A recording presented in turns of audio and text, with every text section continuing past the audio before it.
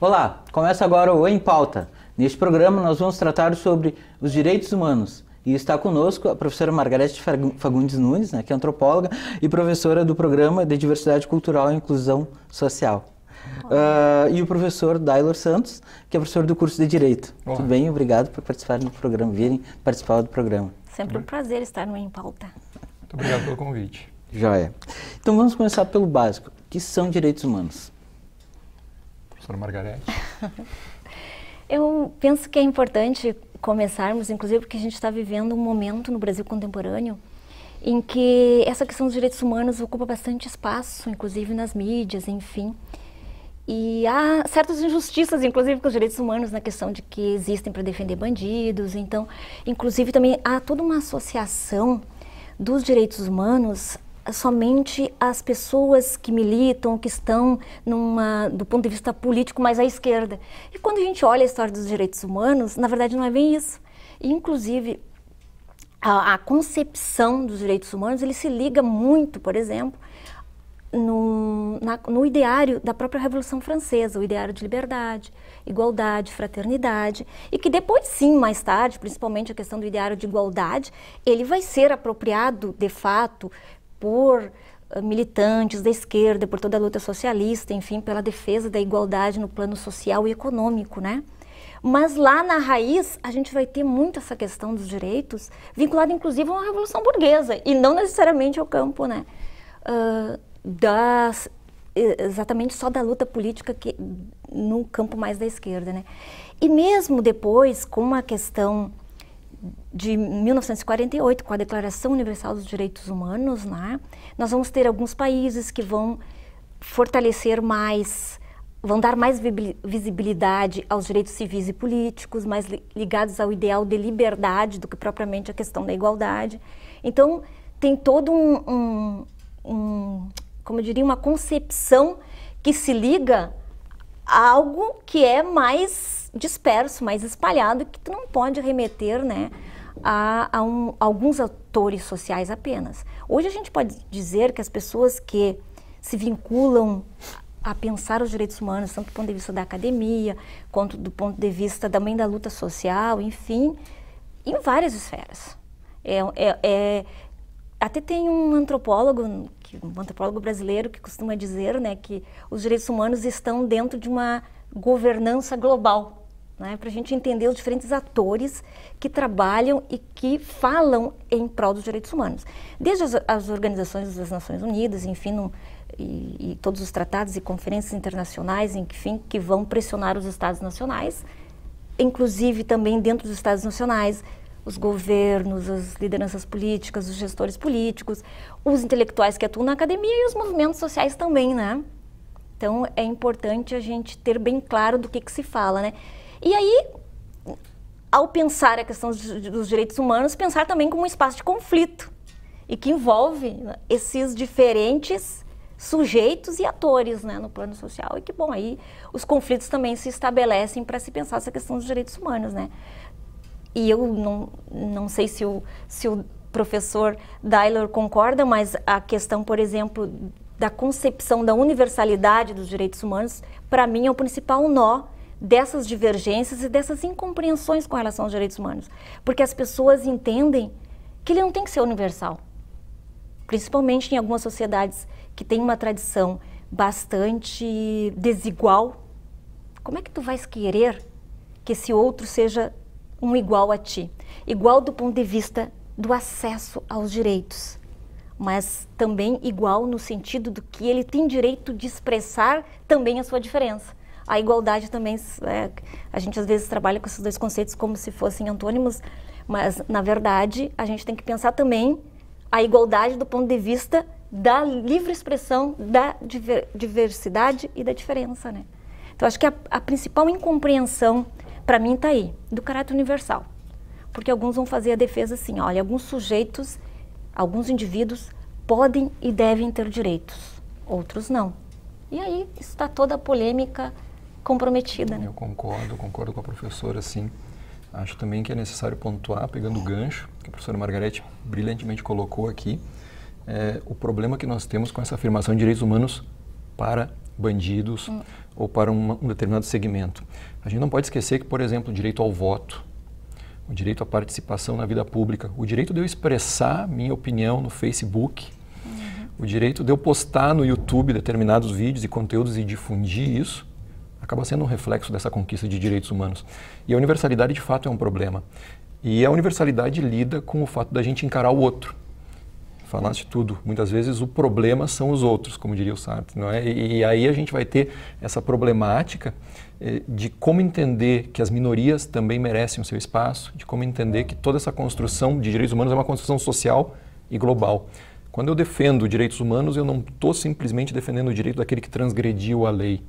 Eu estou defendendo o direito de um ser humano, porque ele goza desse mesmo estatuto antes de qualquer ato, de qualquer decisão, equivocado ou não. A pena para ele, aliás, é a sanção por ele não ter compactuado com outros direitos humanos que convivem no mesmo espaço público. O grande problema é como eu trabalho nesse respeito. É muito comum a gente traduzir isso, encontrar no senso comum essa vinculação de direitos humanos é o direito para aquele determinado segmento e a vítima, eventualmente, não foi contatada por órgãos de defesa dos direitos humanos. Quando isso, na verdade, não passa de um equívoco. E é bom que se pontue isso, porque nós estamos numa fase, como a professora bem colocou, muito perigosa, com afirmações muitas vezes totalitárias surgindo dentro do meio público, e isso é muito perigoso, não é? Quando nós falamos em direitos humanos, nós estamos falando de defesa da propriedade, nós estamos falando de defesa da liberdade de manifestação, de liberdade de expressão, liberdade artística, que, aliás, há pouco tempo foi motivo de grande controvérsia aqui mesmo no Estado. Não é? Então, nós estamos falando de direitos humanos num sentido global, não é? E aí entram essas intersecções que a professora comentou. Como é que nós trabalhamos isso, até que ponto a gente consegue levar, e a universalidade é o desafio. Para a área de onde eu falo, que é o direito, sou professor aqui da casa, do curso, é de fato o grande problema, como é que nós podemos trabalhar com o aspecto de universalização. E dentro disso, por que é que as minorias devem ter respeito a esses direitos? É muito difícil trabalhar com essa ideia porque, de fato, existem grupos preponderantes. E como a professora também bem colocou, nós trabalhamos com uma ideia máxima de direitos humanos a partir da Revolução Francesa. Só que, de fato, a Revolução Francesa foi uma afirmação burguesa. Não nesse sentido que nós temos hoje, assim, um tanto pejorativo, né, a burguesia. Não, foi a afirmação de um determinado setor, uma insatisfação do chamado terceiro Estado, enfim, não é? E que culmina com essas afirmações de direitos humanos, essas cartas de direitos humanos, mas, de fato, com defesas bem específicas, não à toa, logo depois da Revolução Francesa, um tempo depois, quem toma o poder é o Napoleão. Então, há todo um percurso histórico de afirmação e, ao mesmo tempo, contrariedade contra aberturas do Estado nessa defesa de minorias ou na tentativa de albergar o maior número possível de pessoas sob o escudo dos direitos humanos. Pois é, dentro do que o senhor falou do Sartre, né, que o inferno são os outros, né, e essa questão da universalização, assim, e isso é um campo aberto para o autoritarismo, né. Gostaria de ouvir você sobre a dificuldade que nós temos em aceitar as minorias, as diferenças aqui no Brasil. Na verdade, não é só aqui no Brasil. Não, sim, mas... No sentido, sim, em geral, mas... Aqui eu acho que claro. A polarização está em ebulição. Em ebulição, sim. Essa é a palavra, né? Polaridade. Nós estamos, de fato, qualquer opinião que tu expresse, tu vai te filiar a um dos lados. É um tanto quanto até difícil. Nós conversávamos sobre isso. Sendo que muitas vezes, desculpa interromper, professor, não, pois não. For justamente falar sobre direitos humanos que está na Constituição, tu é esquerda, né? Tu é socialista, quer dizer, quer dizer, se defender a civilização, se defender princípios, né, civilizatórios, se tornou de uma polaridade, como se não fosse do todo. Eu costumo dizer em sala de aula também, muitas vezes surge esse debate entre esquerda e direita.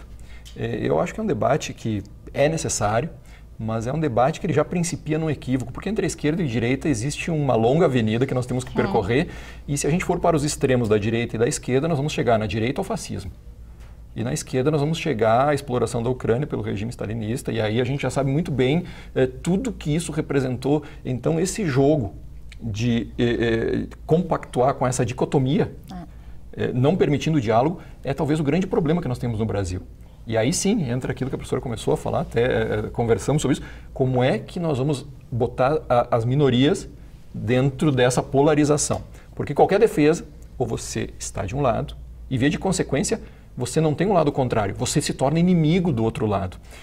Veja, esse talvez seja o grande problema. E talvez por isso esteja tão difícil hoje a gente ouvir a palavra direitos humanos.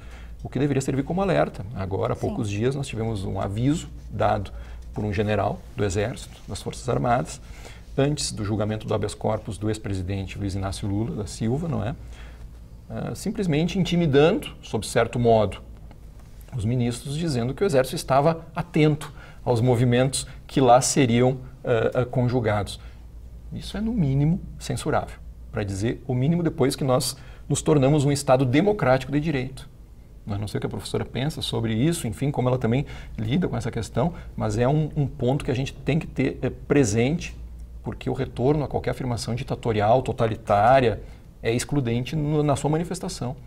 Um retorno seria extremamente prejudicial, independentemente de direita ou de esquerda, não é? Independente dessa filiação. Essa afirmação é perigosa para uma democracia. Muito perigoso. Desculpe interromper, já aproveitando o gancho, né? Muito perigoso, porque o general Vilas Boas serve ao governo Temer, né? Que está sendo investigado em pelo menos 3 processos. Né? Exatamente. E muito reverberado pelo Jornal Nacional. Quer dizer, então, se usou da fala do general Vilas Boas para instituir uma pressão sobre a ministra Rosa Weber, né? Quer dizer, desconsiderando toda a autonomia do STF. Né? Quer dizer, de que ponto, aproveitando isso, até que ponto isso está reverberando até hoje a anistia de 79 não ter tido um ajuste de contas ali com os militares que praticaram a tortura. E também do lado esquerdo, quem praticou atos terroristas. Né? Sabe que isso chegamos no outro paradoxo, porque para muitos, vejam, para muitos isso deve ficar sublinhado, grifado em itálico, como se costuma dizer, para muitos não houve tortura no regime militar. Não, é um silêncio total. Exato. Também, e sempre é uma briga, uma não disputa para conseguir dar não visibilidade. houve tortura, não houve abuso, era um regime democrático, as pessoas eram mais felizes. Quando isso se alicerçou, essa suposta percepção de senso comum, se alicerça, na verdade, no fato de que era preciso calar naquele período. Ignorar isso é ignorar fatos já comprovados. Isso já se trata de situação que não exige maiores debates, né? Houve abusos praticados pelo Estado durante o regime ditatorial e nós só começamos a superar isso a partir de 85, com a campanha Diretas Já e tudo mais, aí culminamos com a Constituição de 88. Veja, nós ainda estamos engatinhando numa afirmação democrática. E é sempre um debate muito difícil. Sim, para trazer, exato. Inclusive, os nomes das pessoas, enfim, de dar visibilidade para essa discussão. Porque é algo que é escondido, é velado, enfim, era como se a gente fosse proibido de falar sobre. Exato. Tem que esconder. Quando outros estados nacionais abriram isso, né? Exato. A Argentina Por exemplo, é um exemplo clássico de encarar isso de um modo mais aberto. E a própria questão da mas também Alemanha, tem né, problemas. com o nazismo também, que se for ver, é uma posição completamente diferenciada, de mostrar para a população. O fato, escancarar, né? Exato. Olha, aconteceu, enfim. E o fato é que nós temos que entender um ponto, não é? Para o Estado, o que é prioritário? Toda a confluência de criação do Estado, como a gente concebe hoje o Estado organizado em 3 poderes, com uma estrutura administrativa, com uma Constituição que deve servir de guia, que não pode ser rasgada do dia para a noite, porque se ela é rasgada para um, ela é rasgada para todos. Esse Estado que nós construímos historicamente, ele tem que dar alguma resposta. A quem? A dignidade da pessoa humana. Talvez ali esteja, o possível desate do nó da universalidade dos direitos humanos. Mas, de fato, é um problema, não é? E até talvez também ali essa concepção errônea com relação, que vai se construir depois, mais tarde, e a partir dos anos 90 eu lembro que fica cada vez mais forte essa ideia de que os militantes de direitos humanos defendem bandido, né? Se a gente perceber essa questão num primeiro momento, essa luta dos direitos humanos, ela vai acontecer muito no Brasil, exatamente na luta política, pela anistia política, enfim, toda essa discussão, né? Essa questão de vincular os direitos humanos a outros recortes, por uma questão étnico-racial, a questão das mulheres, isso vem mais tarde. Isso vai começar a ser trazido nos anos 90, que daí você começa a englobar essas outras lutas mais específicas, né? E muita compreensão dos sujeitos, dos indivíduos, de que se alguém viola um direito básico meu, eu tenho o direito de revidar. E muitas vezes, eu lembro isso, principalmente nos anos 90, que alguns militantes dos direitos humanos faziam a defesa do Estado de Direito. Não, calma, né? Não somos nós que temos que resolver imediatamente, e nem a polícia. Isso é uma discussão que era muito forte nos anos 90, no sentido de julgar. Vamos respeitar todas as instâncias, porque tem a questão do julgamento, enfim, de todo o processo mesmo, né? Do Estado de Direito, que o indivíduo tem, ele está amparado sobre esse direito também. E isso começou a ser construído nos anos 90, um discurso. Os caras não querem que se faça imediatamente qualquer ação, então eles estão defendendo os bandidos. E já se criou, isso ganhou corpo, mas eu lembro muito nos anos 90 essa discussão que se fazia muito, e que na verdade era meramente uma defesa do próprio Estado de Direito, porque tanto que depois agora, nos anos 2000, a gente vai assistir das pessoas que resolveram por elas mesmas, né? Ou defesa de linchamento, ou trabalhando já com a hipótese de que, bom, desconfiou, já julga ali mesmo e já executa. E aí nós voltamos para a questão do outro. Porque nesses regimes totalitários é importante para o regime estabelecido escolher uma espécie de inimigo, que é o outro. É aquele que não compactua com as minhas ideias, e todos nós corremos esse risco. Porque no determinado momento eram os comunistas, durante a Segunda Guerra houve campos de concentração no estado do Rio Grande do Sul e no Brasil, por exemplo, de pessoas que falavam o alemão ou o italiano. Sim. Não é? Então, quem vai ser o inimigo? Bom, eu não gostaria de ser esse escolhido. Entendem por quê? Porque eu gosto de dignidade humana, assim como qualquer pessoa. E o inimigo também esconde as falhas, né, daquele grupo que o coloca como inimigo. Exato. Não, mas veja, é importante escolher esse inimigo porque há uma espécie de mobilização em torno dele, e com isso a gente torna um tanto quanto nebuloso o que faz o Estado por trás. Não, nós estamos à caça do inimigo, nós precisamos dar um passo à frente. Muitas vezes isso toma um nome muito insuspeito, que muitos adoram, progresso. Esse nome é muito perigoso. E ordem, né, professor? O progresso. E aí? E quantos perecem às custas desse pretenso progresso? Que progresso é esse que nós queremos? Quando, na verdade, nós estamos falando de pessoas. Se esse não é o valor preponderante nessa criação, voltamos, né? Preponderante para essa criação do Estado, para o direito, para uma ordem constitucional estabelecida, bom, então talvez a gente tenha que repensar e fazer uma pergunta decisiva. Por que é que nós queremos Estado, então? Professor, diante disso, assim, o senhor falou do autoritarismo, gostaria de ouvir os dois. Qual a ligação entre direitos humanos e democracia? Mas eu vou pedir para vocês responderem após o nosso intervalo. Okay. O Em Pauta segue em breve. Voltamos já já.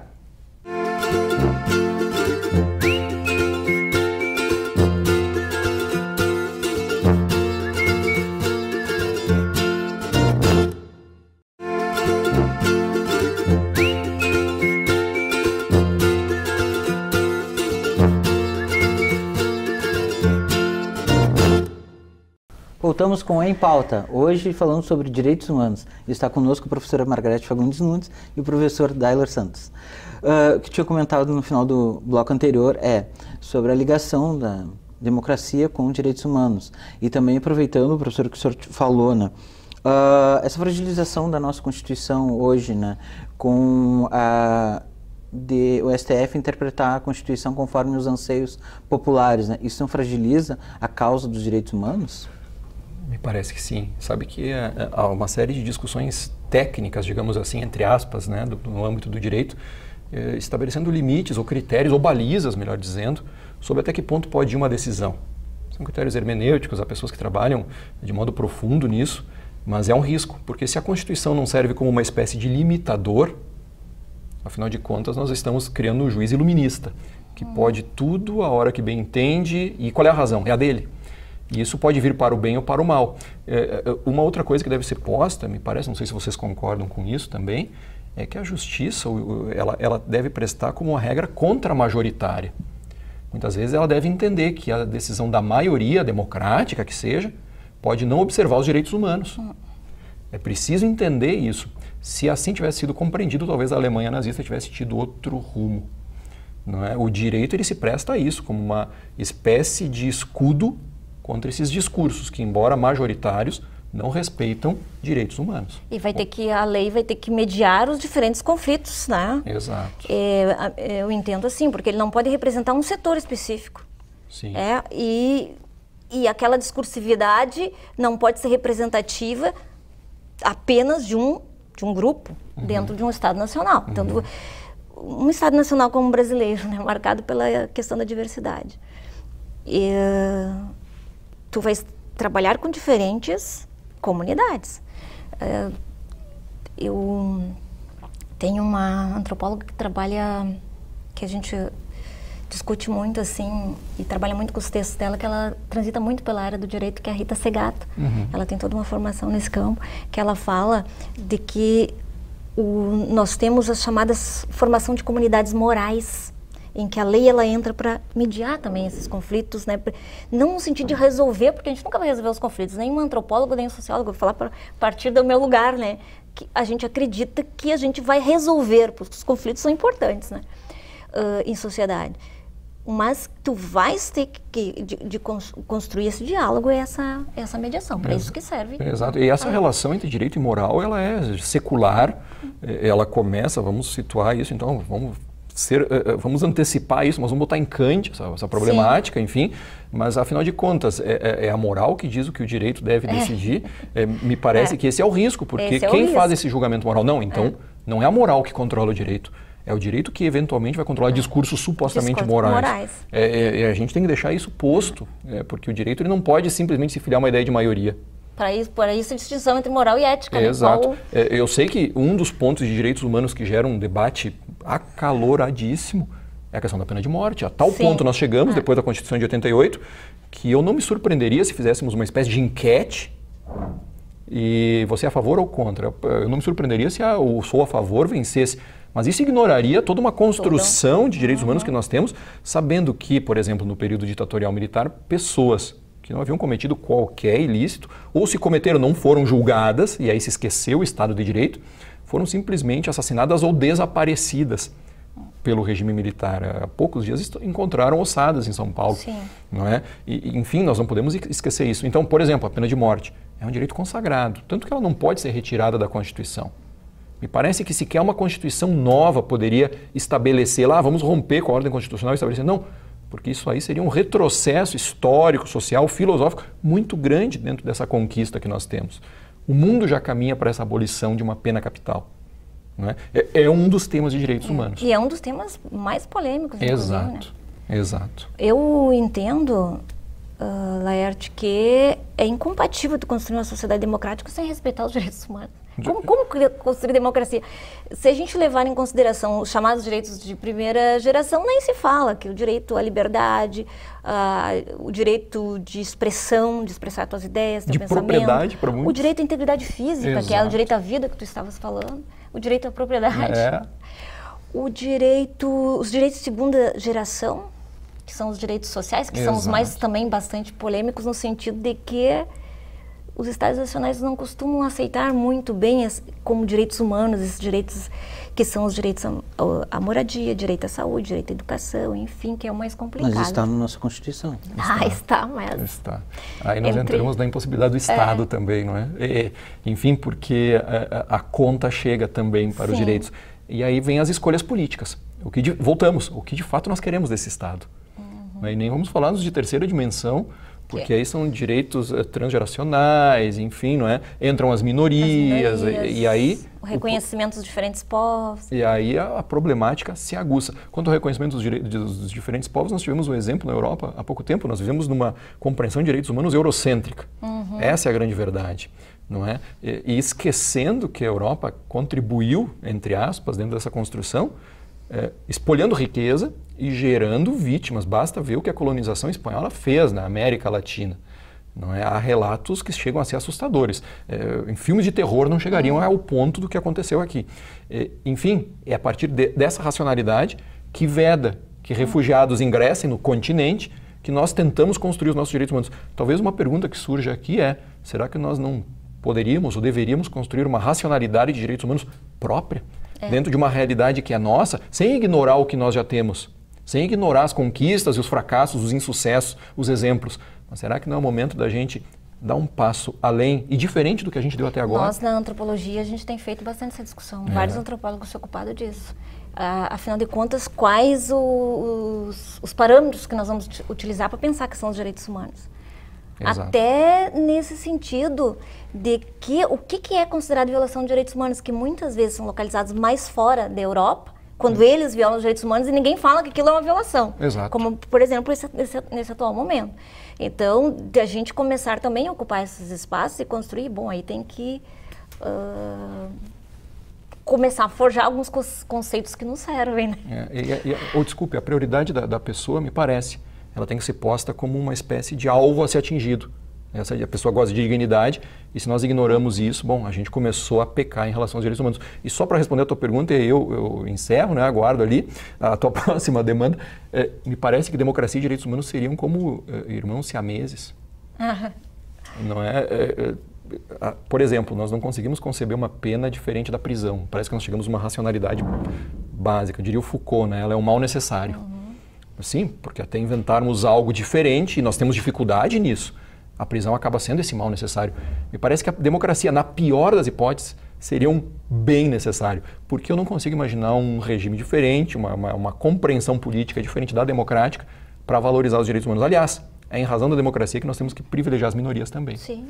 É em razão disso, dessa escolha. E tanto que se a gente for olhar o crescimento desse debate em nível de Brasil, só foi possível depois da abertura política. Sem dúvida. No final dos anos 80 que isso começa a ganhar corpo, ganhar espaço, exatamente pela questão da redemocratização do país. Senão não teria como, né? Professores, a gente aqui no Brasil temos números aterradores, né? Por exemplo, são mais de 60 mil assassinatos por ano, o que dá em média mais de 20 assassinatos por dia, né?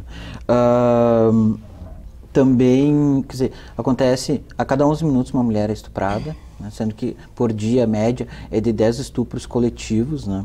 A cada 7 segundos uma mulher sofre uma violência física, né?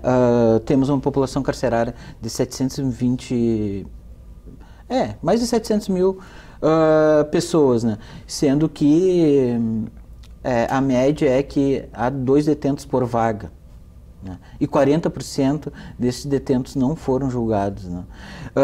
Antes o senhor tinha falado da pena capital, né? Mas me parece que a gente já vive isso, né? No contexto atual. Eu gostaria de ouvir vocês assim, da onde temos, né? Da onde foi formado esse histórico de violência, de intolerância, que está impregnado na nossa sociedade e nosso modus operandi, né, enquanto sociedade. E outra coisa, né, Laerte, quando...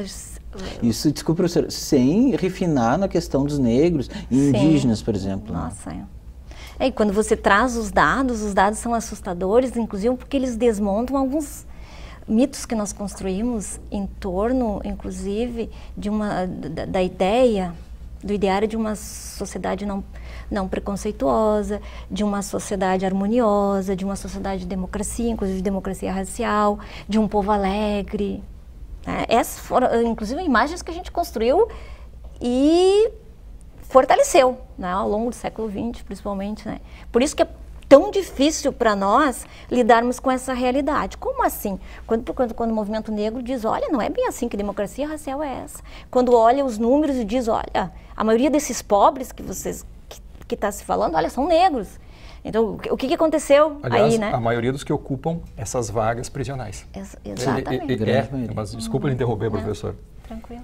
Não, e aí a gente vai pensar assim, como a origem? Bom, a gente tem uma herança escravocrata, bom, mas faz bastante tempo que se aboliu a escravatura e, olha, 100 e poucos anos, mas ainda assim a gente tem muito, né, dessa memória e ainda que está muito presente, de uma sociedade aristocrática, de uma sociedade extremamente desigual, que quando resolve fazer, né, e fazer essa passagem da abolição da escravatura para o trabalho pago, inclusive não pensou Nos ex-escravos. Nos ex-escravos e toda essa população. Esse é o ponto Então, principal. professor, talvez uma das possíveis, né, explicações para esse contexto que há hoje é a ascensão social que as classes mais baixas tiveram, econômicas, né, tiveram nos últimos anos, né, e aí desacomodou a elite, né, porque segundo alguns intelectuais, por exemplo, o Gessé de Souza, o Thales Absaber, o próprio Darcy Ribeiro antigamente falou que a nossa elite, ela é antipovo, quer dizer, ela não gosta do povo brasileiro.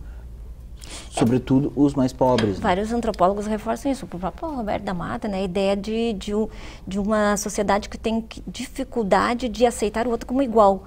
Segundo da Mata, nós brasileiros temos inclusive uma dificuldade de assimilar essa ideia. Essa igualdade incomoda. Exatamente, porque ela foi uma sociedade completamente desigual. Forjada na diferença. Exatamente. De que o outro é o outro, ninguém quer ser igual. E no privilégio também. Também. Isso é um grave problema, desde a colonização brasileira, não é? Alguns obtiveram determinadas áreas para explorar, e aí desde o descobrimento, e avançamos até hoje. Só temos que pensar também na questão dessas minorias no seguinte sentido. Ponto 1, que me parece importante, só para deixar esclarecido, isso não é privilégio brasileiro.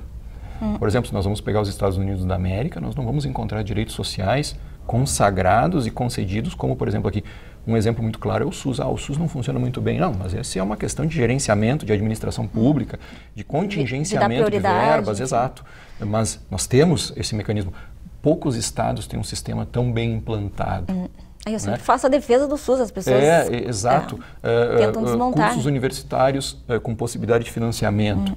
Poucos estados oferecem isso nesse ponto. Enfim, podia ser melhor? Sim, concordo. Devia ser integralizado dentro da gratuidade? Concordo, sem dúvida. Mas temos que entender que o Brasil trabalha dentro dessa ideia de oportunizar chances. É uma luta que nem sempre é tão simples. Por quê? Porque nem todos estão interessados nisso. Mas então não é exclusividade do Brasil. E as políticas públicas vêm justamente para tentar dar uma resposta mínima que seja. Mas esse estado de bem-estar social está sob ataque agora, né? Tanto que teve a lei ali de congelamento das verbas por 20 anos na saúde, na educação. Sim. Agora, ele rebate a pergunta, quando não esteve sob ataque? Né? Quando não esteve? Há uma série de idiosincrasias nisso, por exemplo, essa última reforma trabalhista que nós tivemos aqui, não é? Que atacou direitos fundamentais dos trabalhadores sob certo aspecto, não é? E aí nós voltamos para a polarização.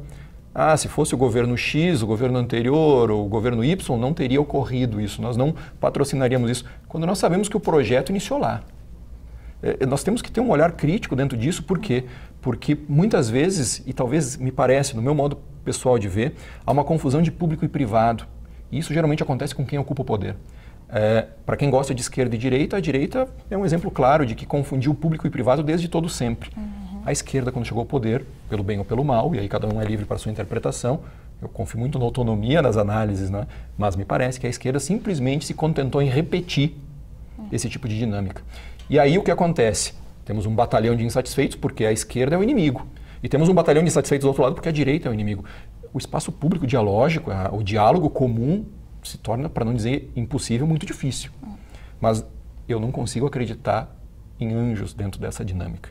Eu não consigo. Não sei a professora o que pensa. Por quê? Porque ambas as modalidades de gestão acabavam admitindo a exclusão dentro da sua própria dinâmica. E isso me parece muito claro. Não é exclusividade de um determinado segmento, de uma determinada ideologia isso. Não. Ambos se merecem, como se costuma dizer. Não é? Quem valoriza essa dicotomia, que no meu modo de ver principia num erro, como havia explicado, né, no momento anterior. Não há inocente sob o sol, então. Exatamente. Não há anjos voando entre nós. Nesse ponto, não. E talvez uma das possibilidades que a gente teria à frente a isso é a questão da educação mesmo para o espaço público, né? Chegou no ponto. De que a pessoa tem que ter consciência disso. Vai entrar na política não é para tirar proveito próprio. Aí a ideia da questão da pessoalidade, né? Exato. É para o bem público. Eu acho que essa concepção não é só de quem vai estar é para todos nós.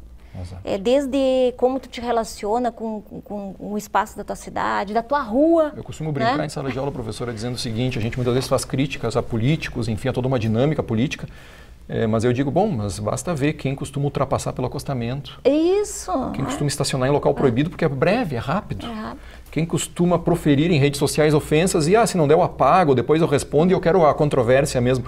Afinal de contas, o espaço público é para isso. Enfim, e aí entra a educação. Aí entra uma educação, não é aquela educação familiar, porque essa ensina aqueles valores morais formadores, não é de fato, mas aquela educação formativa escolar mesmo, de um conhecimento para ter um senso crítico, para conseguir trabalhar dialeticamente.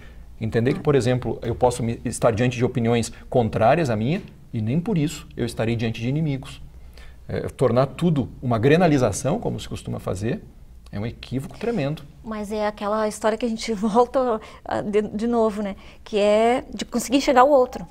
Como você estava dizendo, no trânsito, na calçada. Se eu vou estacionar na calçada, tem pedestre que passa por ali. Se tem pedestre que passa por ali, por que eu não consigo lembrar dele? Né?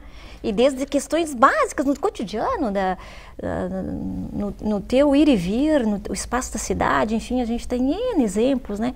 Dessa dificuldade de a gente conseguir enxergar, olha, o outro existe. Pois é, professor, e ele também precisa do espaço. Diante dessa ideologização, né, do indivíduo, do individualismo, né, chegamos ao capitalismo que nós temos atualmente. Né, essa brutal concentração de renda, né, em que 1% detém a riqueza do restante dos 99% da humanidade. De que forma isso ameaça os direitos humanos? Ameaça todos os dias e de todas as formas, né? Talvez essa seja uma das pontas, né, Laerte, para a gente atacar, né? Porque a gente está questão da desigualdade econômica e da concentração de renda, que enfim, né? Por exemplo, aqui no Brasil, professor, temos um assassinato, né, de um ativista a cada 7 dias. Isso é uma média histórica de 15 anos, né? Então não é só no último ano, quer dizer, é muito tempo. É muito e tempo. sempre esses assassinatos decorrem em benefício do poder, contra algum representante da coletividade. E esse poder que ele se traduz de diferentes formas. Aqui a gente está nesse momento agora falando desse poder muito no plano econômico, né? Mas antes você estava trazendo exemplo de um poder que se reforça pela questão de gênero, né? Que você estava falando dos dados, por exemplo, das questões da questão das mulheres, que também é uma outra discussão, ou seja, de você se sentir maior que o outro, né? De se sentir empoderado, inclusive, de que tem poder sobre o corpo do outro, né? No caso das questões de gênero, que extrapolam as desigualdades econômicas, né? Por isso que nem sempre os países que mexeram nessa questão econômica conseguiram resolver essas outras questões que envolvem raça, que envolvem gênero. Então, tu tem que fazer essa discussão em nível geral, né? Que não é só a desigualdade econômica, também todo esse outro campo, né, que a gente... E por incrível que possa parecer, eu acho que a tua pergunta sobre desigualdade econômica acaba retroagindo para aquele ponto anterior, chamado educação. Por quê? Porque a disparidade econômica existe, inclusive, em países com altos níveis educacionais. Mas essas pessoas, porque são dotadas de uma carga cultural e porque têm acesso a determinado conhecimento e a determinados cargos, acabam convivendo com isso sem esse disparate entre o zero e o todo. É que nós é muito gritante a distância, né? E para aquele que não tem nada, a gente não oferece nada.